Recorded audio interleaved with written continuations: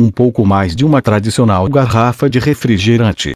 Roguei-lhe que me permitisse molhar um pequeno lenço no que restava do perfume, dali a poucos dias, na minha obrigatória entrada no módulo, com o fim de preparar a segunda fase da exploração. Os sistemas de bordo analisaram a essência, confirmando a sua origem como uma planta herbácea, cultivada em jardins, da família das valerianáceas. Apresentava-se, hoje quase só é trabalhada como essência pura, em fragmentos de raiz, curtos, grossos, como o dedo mínimo e de cor cinzento escuro. Terminam no molho de fibras avermelhadas, em forma de espiga. É de cheiro forte e agradável e de sabor amargo e aromático. Também é conhecido como nardo do Índico, do Ganges estacuide e espicanardo. A sua densidade era ligeiramente superior ao normal. N. Do M. Os israelitas fabricavam este cosmético com a casca e folhas do arbusto chamado junção, ena para os árabes. N. Do M. Maria, assustada com o aspecto que os acontecimentos tinham ganhado, tentou levantar-se, mas Jesus deteve-a. E, pondo a mão esquerda na cabeça da jovem, dirigiu-se a quem ali estava, com voz serena mas firme. Deixai-a em paz, todos vós. Por que a molestais por isto, se ela fez o que lhe saía do coração?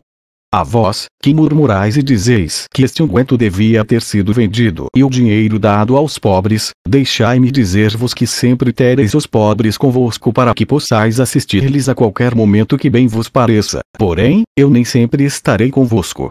Em breve irei para junto do meu Pai.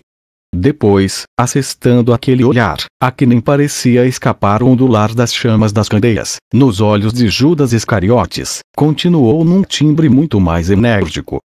Esta mulher guardou muito tempo este unguento para o meu corpo, no seu enterro. E agora, que lhe pareceu bem fazer esta unção em antecipação à minha morte, não lhe deve ser negado tal desejo.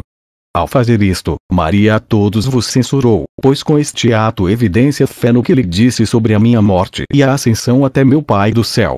Esta mulher não deve ser condenada pelo que fez esta noite. Mas antes vos digo que nos tempos vindouros, onde quer que se pregue este evangelho por todo o mundo, o que ela fez ficar para a sua memória. Maria desapareceu do pátio e eu retirei-me para o meu lugar. Lázaro parecia triste. Tanto ele como Marta sabiam que sua irmã poupara durante muito tempo para comprar aquele caríssimo perfume. A família, contrariamente ao que tinha observado entre os próprios discípulos, tinha chegado ao fundo do problema e compreendia que aquela podia ser a última Páscoa de Jesus. Os murmúrios baixaram, mas alguns dos apóstolos continuaram a comentar o acontecido, movendo negativamente a cabeça, em sinal de desacordo com Rabi. Judas Iscariotes caíra num impenetrável silêncio. Os seus olhos assustaram-me, exprimiam um ódio surdo e contido. Saltava à vista que tomara aquelas palavras de Jesus como uma censura pessoal e, sem dúvida alguma, se sentira ridicularizado diante dos outros. Em minha opinião, fora a partir daquele incidente que o traidor começou a tramar a sua vingança contra o Galileu. Duvido muito que Judas pensasse naquele momento em entregar o mestre aos membros do Sinédrio. Não tinha sentido, já que a própria guarda do templo recebera ordens concretas para o prender. No entanto, o seu espírito vingativo viu assim aberto um caminho para tentar humilhar Cristo e obter satisfação. Estava já próxima à vigília do domingo quando alguns dos fariseus, que tinham permanecido num prudente silêncio, se dirigiram a Jesus e, não falando da valiosa natureza do perfume, o recriminaram por ter consentido que aquela mulher tivesse violado as sagradas leis do descanso sabático. Segundo conseguia entender, uma das normas estabelecia que uma mulher não podia sair de casa com uma agulha que tivesse buraco, quer dizer, apta para coser, nem com um anel que tivesse sinete, nem com um gorro em forma de caracol, nem com um frasco de perfume. Se infringia a este código era obrigada a pagar e oferecer sacrifício, como compensação do seu pecado. Jesus olhou divertido para os sacerdotes. Dize-me, perguntou-lhes, de onde vindes? De Jerusalém, afirmaram. E como é possível que condeneis uma mulher que caminhou menos de um estádio, quando haveis percorrido mais de 15? Recordei então que os hebreus tinham uma manha para irem além dos 2.000 côvados ou 1 quilômetro, que era o trajeto máximo permitido ao sábado. Jesus sabia que, embora o povo simples pusesse em prática o eru, os santos ou separados enalteciam publicamente a sua extrema pureza, não hesitando, contudo, em infringir estas leis quando estava em jogo uma boa comezaína. Os fariseus agitaram-se, inquietos. Mas Cristo não estava disposto a dar-lhes quartel. A quase totalidade dos 5.000 membros das comunidades ou irmandades de fariseus de Israel era composta por comerciantes, artesãos ou camponeses, sem a sólida formação dos escribas e, baseados nas suas rigorosas normas de pureza e de pagamento do dízimo, tinham se elevado em relação aos ameares ou grande massa do povo de Israel. Esta presunção e dureza de coração era algo que o rabi da Galileia não suportava. E não tardou em dizê-lo nas suas caras, para regozijo de uns e nervosismo de outros, em especial dos seus mais chegados, que temiam a ira dos que se autoproclamavam como partido do povo.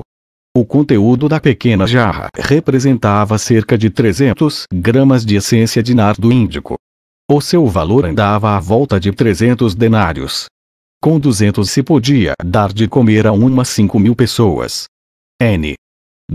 Ai de vós, fariseus, lançou Jesus, corajosamente.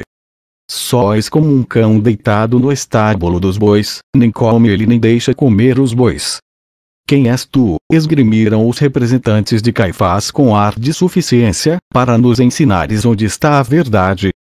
Para que viestes ao campo? Atacou o Nazareno. Talvez para ver uma cana agitada pelo vento? Para ver um homem de roupas delicadas? Os vossos reis e os vossos grandes personagens, vos próprios, cobris-vos de trajes de seda e de púrpura, porém eu vos digo que não podereis conhecer a verdade.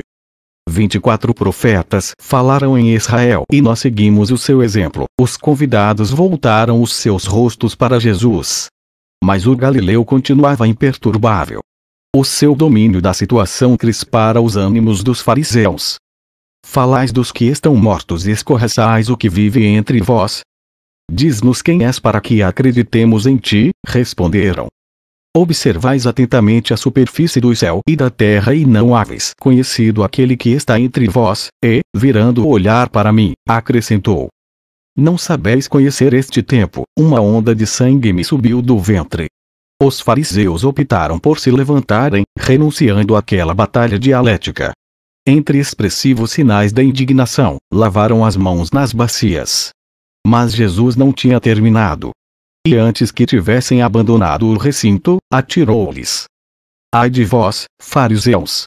Lavais a parte de fora da taça sem compreender que quem fez a parte de fora também fez a parte de dentro. Começava a tornar-se muito clara para mim a razão por que as castas dos sacerdotes, escribas e fariseus se tinha conspirado para prender e dar morte àquele homem. A tempestuosa cena culminou com a saída dos sacerdotes. Quando já os convidados se despediam de Simão, Pedro aproximou-se do seu mestre, com ar conciliador, propôs-lhe que Maria fosse afastada do grupo, já que as mulheres, comentou, não são dignas da vida. O Nazareno deve ter ficado tão perplexo como eu. E, no mesmo tom, respondeu ao impulsivo discípulo. Eu a guiarei para fazer homem, para que ela se transforme também em espírito vivente semelhante a vós, homens. Porque toda a mulher que se faça homem entrará no reino dos céus. Naquela noite, ao retirar-me para o meu quarto e ao estabelecer ligação com o módulo, Eliseu anunciou-me que a frente fria tinha penetrado já pelo oeste e que, muito provavelmente, a entrada de Jesus em Jerusalém, prevista para o dia seguinte, domingo, ver-se-ia ameaçada pela chuva. 2 de abril, domingo. Naquela noite de sábado, precisei de muito tempo para adormecer.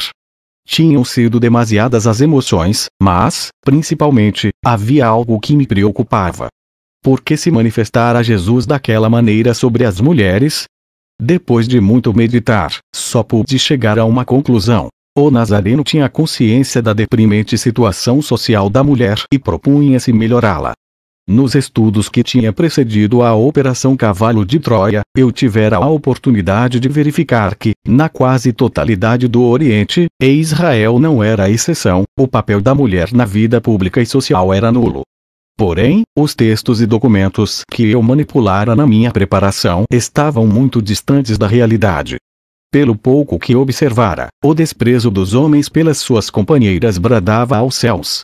Quando a mulher judia, por exemplo, saía de casa, pouco importava para que, tinha de levar a cara coberta por um toucado, que compreendia 2 véus sobre a cabeça, um diadema na testa, com fitas pendentes até o queixo, e uma rede de cordões e nós. Deste modo não se podiam ver os traços do rosto. Entre os hebreus contava-se o sucedido com um sacerdote importante de Jerusalém que não chegou a conhecer a própria esposa, ao aplicar-lhe a sentença prescrita para a mulher suspeita de adultério. Poucos dias depois teria a magnífica oportunidade de assistir a uma triste e fanática tradição que os judeus denominavam as águas amargas, compreendendo um pouco melhor a revolucionária atitude de Jesus para com as hebreias.